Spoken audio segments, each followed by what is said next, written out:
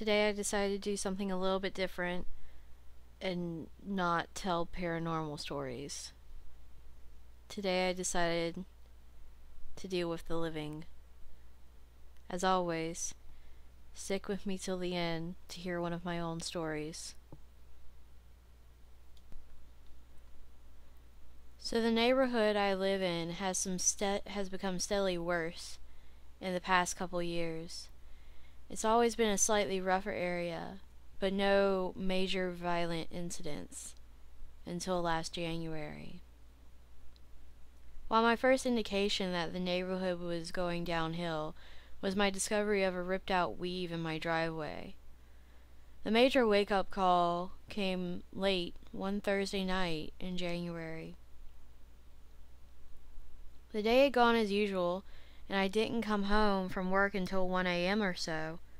I parked my car and headed into my house, locking the doors behind me as usual. Now, before I moved to the suburbs, I was living in one of the shittier areas of a major city.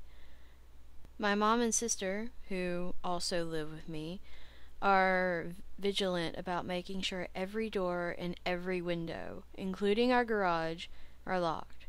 After doing the usual check, I collapsed into bed and fell asleep. Fast forward to 3 a.m.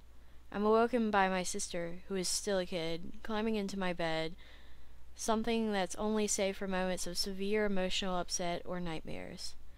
I ask her what's wrong, and she said that she thought she heard someone in our backyard. I tell her not to worry about it and to go back to sleep.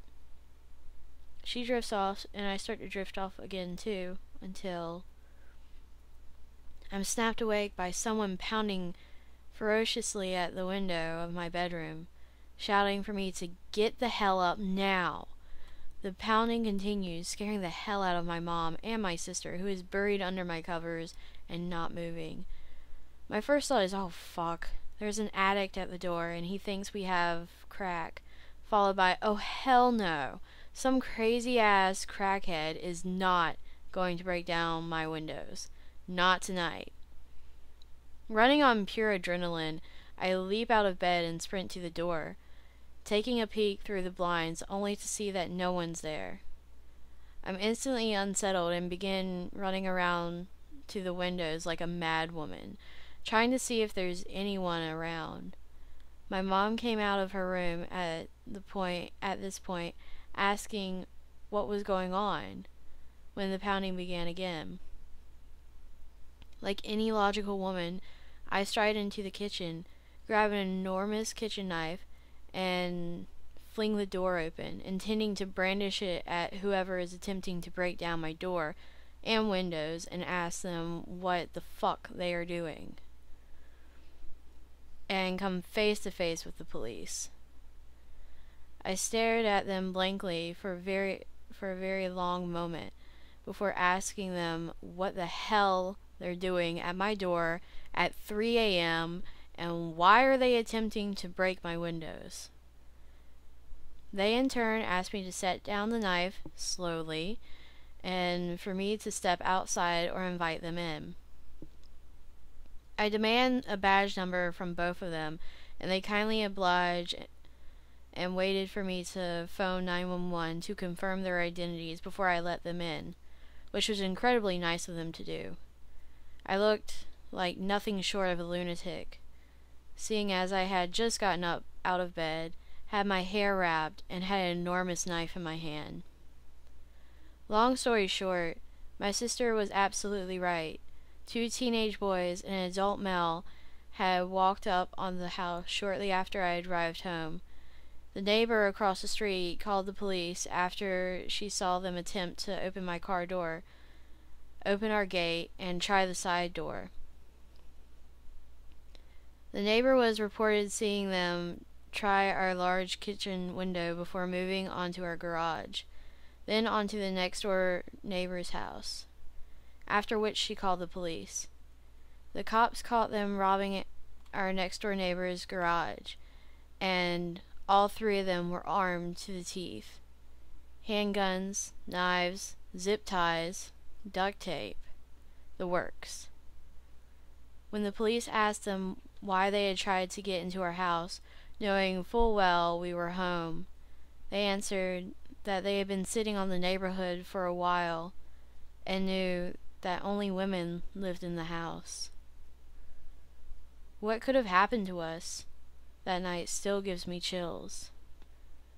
So, bold-ass brats that decided to try and break into my house, let's not ever meet again. I'd hate to have to kill you.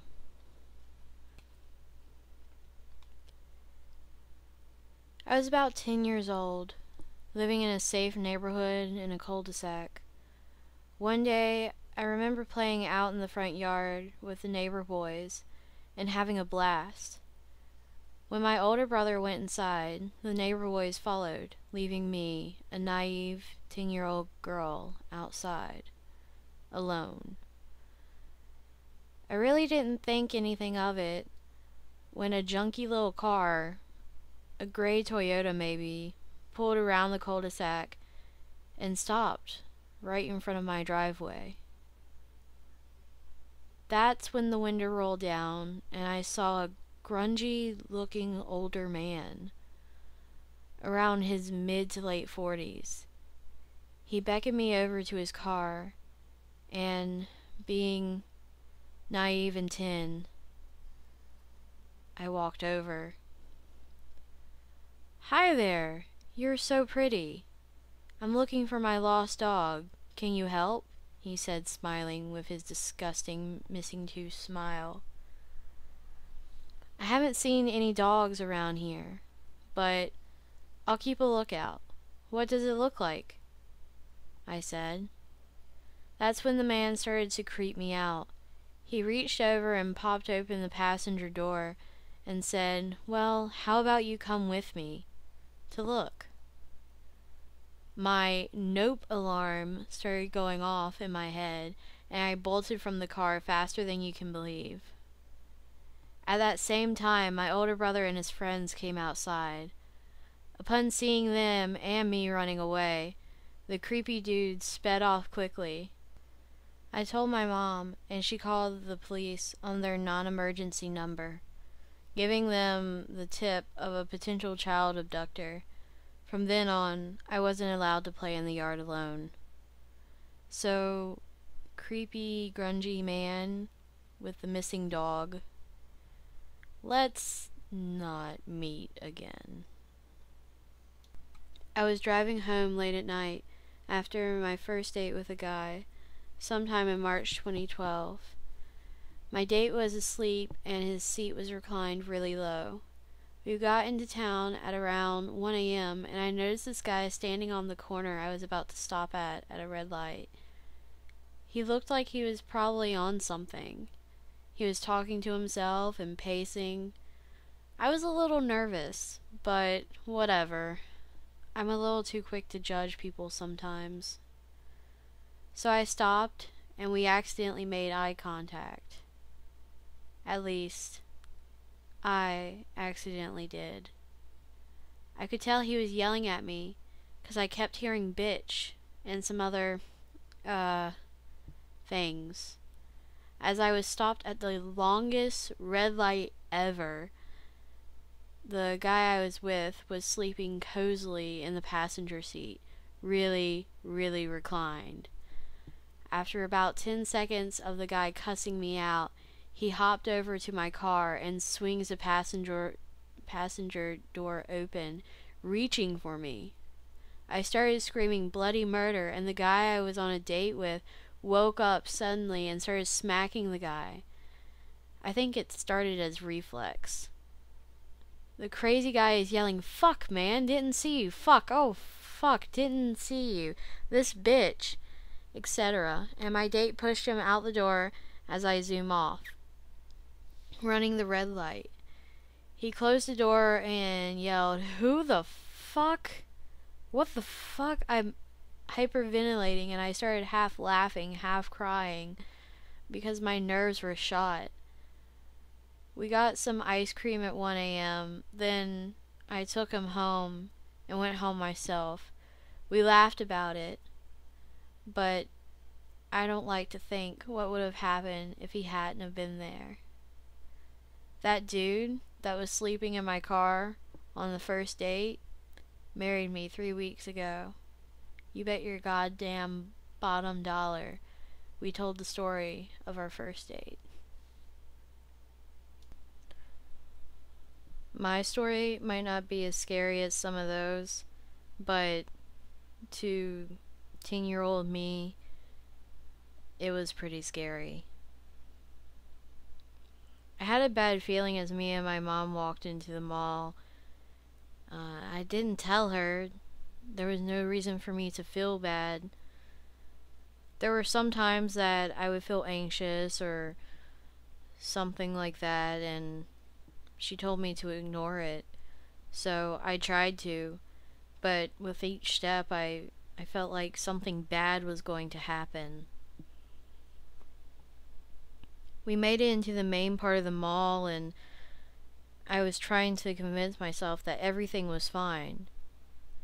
It was the 4th of July, and we were gonna go downtown and watch the fireworks. But then I saw two guys running in the mall, and all I could think was, how dumb they must be. They were older than me, and they were being less mature. But then one guy I noticed was terrified, and the guy that was chasing after him, he pulled a gun out of his pocket. He ran right in front of me, the gun held high, and I could still tell you exactly what the gun looked like, even now. It looked like one of those guns in the Western movie. It had the little trigger on the back that you could hit. And next thing I know, my mom's pulling me off into one of the stores and telling me to get down and stay quiet. But I could watch the whole horrific scene in one of the mirrors that was facing towards the front of the shop.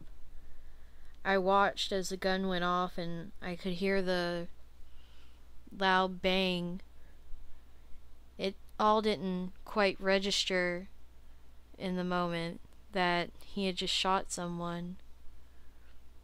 Next thing I know, I see some employee from Chick-fil-A run out or run into a store and grab a baseball bat, a wooden baseball bat, not a metal one, a wooden one. And she tackles the guy with a gun and starts beating him with the bat and keeps him on the ground and kicks the gun away. I always wondered what would happen if that Chick-fil-A employee hadn't have taken things into her own hands. The mall security was running towards the scene as me and my mom ran away. None of them had guns or anything, no pepper spray, they didn't have stun guns even. We told them that there was a gun and that it had been shot at least twice, and that we wanted to leave, and they allowed us to leave. I couldn't go in the mall for another 5 years, and we didn't go downtown for 4th of July. We stayed at home, and even those little pops and bangs made me jump. And I remembered that horrific scene of that guy getting shot every time I heard another bang.